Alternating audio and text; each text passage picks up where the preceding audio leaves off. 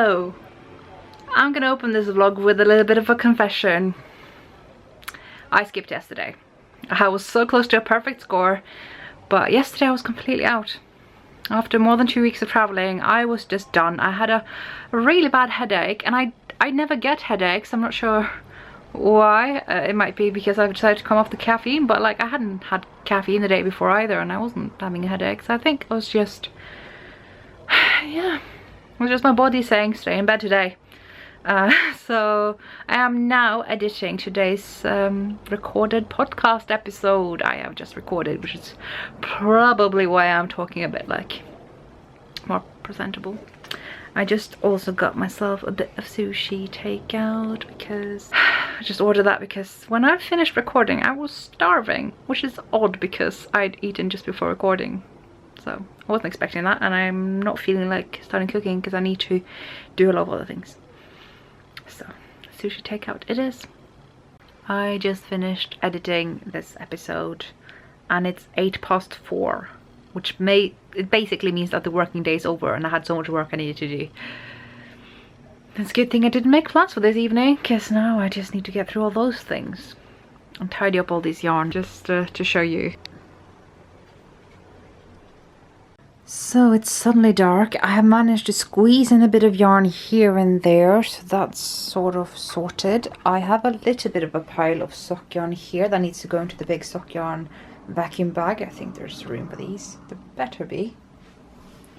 In the window there were 2 skeins I did not include on the podcast because they are a gift for a friend of mine who asked for some yarn, so she can have that. Here's the pile of mostly the hobium yarn. I have no idea where to put it. The 2 bottom bags are my own purchases, but what is on the floor is from hobium again, so that kind of adds up. And there are 2 bags also that I need to find some space for. I think there's 1 bag I haven't photographed for my stash on Ravelry yet, so that needs doing as well. And then there's a mess up here that also needs dealing with.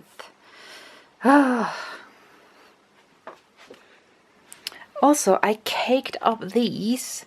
Do you remember these? They were all balled up and like they're basically gradients. I decided to cake up 2 of them from the outside in, and the other ones in the same order that they were in the balls. They're all the same, they're just caked up in different orders. You can see the gradient, and I kind of like that. I can knit from either end, just I kind of wanted to see it. I'm having a bit of a Ravelry browse now. Not that this yarn is on Ravelry, but I'm looking for things I can knit with a very nice kind of worsted spun yarn. I'm sure this could knit up to DK and Aran as well. It's just so lovely and so soft, and I want to find out something I can do with it. I was thinking the Veronica by Shannon Cook, but I was also thinking of using my Rybak yarn. I'm still not very good at the German, you guys. But yeah, this would be pretty nice too, and I might be able to make several Veronicas for family members, if I care to make it several times, that is. So because I've had a whole day spent sitting right here trying to get some work done and apparently looking blue or purple, what is going on there? We haven't had much content for the very last Vlogust. Still better than what it would have been had I recorded this yesterday when I had a headache, so pretty good. But yeah, I thought I'd just go through that suggestions story I had a half a month ago about what I could cover on Vlogust should I run out of topics. And someone asked me how I learned to knit. So I thought I'd share my origin story. I have done that before, but I don't expect everyone to remember and know, so I thought we'd cover it again. Anyway, I haven't knitted forever. It seems like most people think that if you are Norwegian you are a knitter, but I did not knit since childhood, although there were people teaching me to knit. Like, I was surrounded by yarn, with yarn.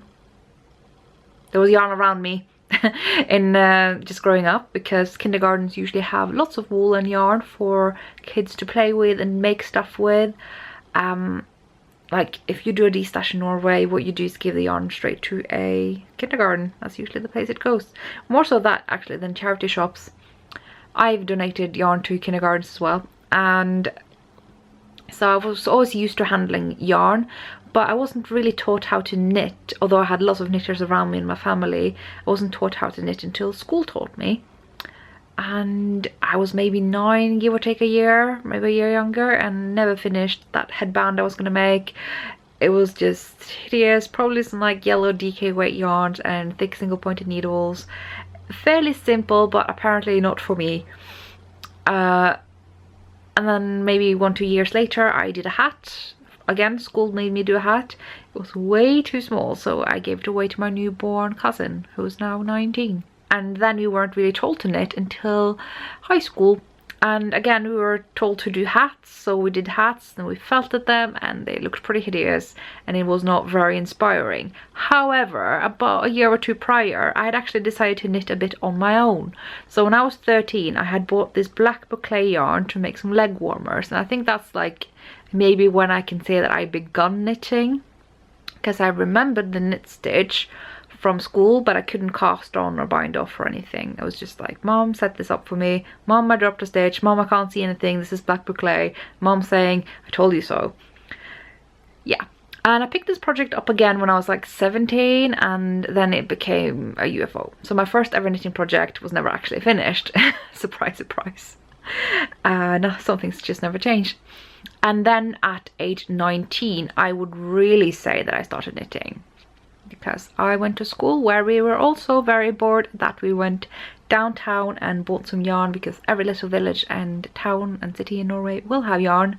And so we bought some and made lots of long garter scarves. It was actually a friend of mine. He wanted to make himself a rainbow scarf and he did it. He maintains to this day that it wasn't a very nice scarf, but I think it was pretty impressive for a first project. Yeah, like I said, he finished it and never touched knitting again. I have encouraged him to do so since, because now he's got someone who can tell him, you know, how well he's doing on it, but I don't know if he's that interested. I don't understand that. Anyway, I continued after garter scarf 1. I did garter scarf 2, then I did a rib scarf. So at this point I'd learned to cast on, bind off and purl, and then it just skyrocketed and I could do anything, you know. If you know these 4 things, really you are good to go: knit, purl, bind off, cast on. And so I did a felted box, I did felted slippers, I did felted laptop covers. I was really into felting. Oh, what else? I didn't do mittens. Some other people in our knitting group at that school did, because we did start a knitting group. And yeah, I just did lots of weird knits. I did a really cool like pearl and knit spiral hat that was really easy and looked very cool and fashionable. And I think a friend of mine hijacked that, and she may have regretted that since, because that made her the recipient of every knit I have done since. She's gotten some pretty hideous stuff, but she's always very grateful, or very good at faking.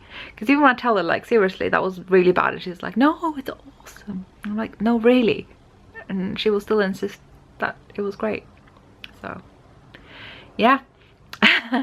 Then I started studying properly again, and kind of forgot about the knitting, because I was really studying all the time.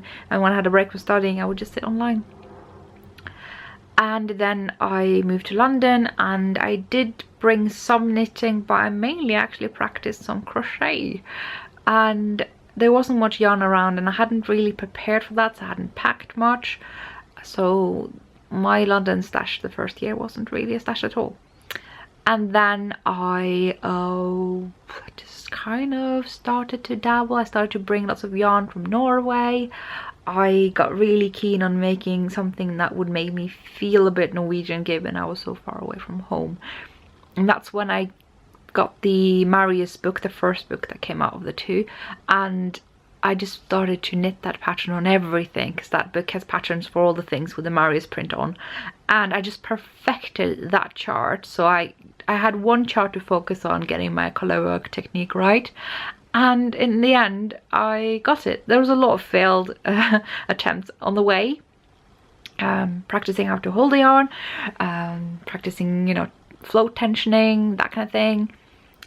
There's a lot of things where it's sort of scooped in where the color work was relative to the stockinette. There's a lot of failed attempts. Ugh, the stuff where I used alpaca, hideous.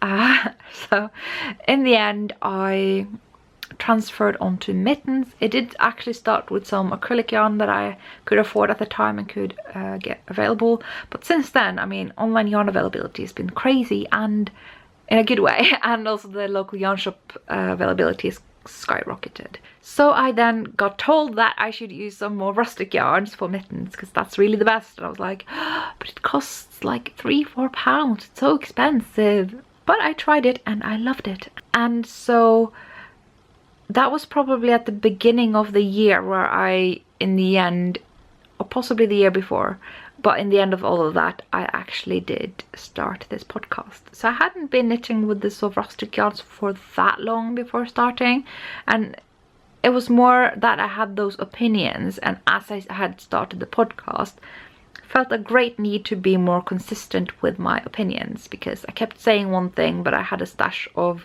yarns that didn't really reflect what I liked and what I thought.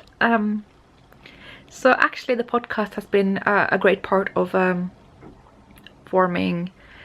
putting my preaching into practice, so to speak. So yeah, that was kind of that full story. It's not been like a 1 year, 1 date, 1 age where I started knitting. It's just sort of things that I have accumulated over time, and now I have probably twice my body weight in yarn. So yeah, if someone had stopped me, 10 years ago, you wouldn't have been here today. So that was a long answer to that question. So I'm actually noticing that my voice is getting a little bit worn out. I haven't really talked much today apart from the podcast episode I did in the morning. I think it's a sign that Vlogust is now coming to an end. Not the most exciting last episode, but I think, we needed to step things down. It's been a very hectic month, at least the last half. I have enjoyed it, but whoa, it's been knackering as well. So thank you all so much for watching. I have really enjoyed it. I can't believe I did the entire month. It's been a roller coaster and amazing. And I guess I will maybe be doing this again for Vlogmas in December. Let me know what you think. I don't know how exciting that's going to be because it's going to be colder and I'm going to be staying inside even more. But we can talk about what I do when it's like winter time and more knitting time. I can't possibly knit more than I do right now, but you know what I mean.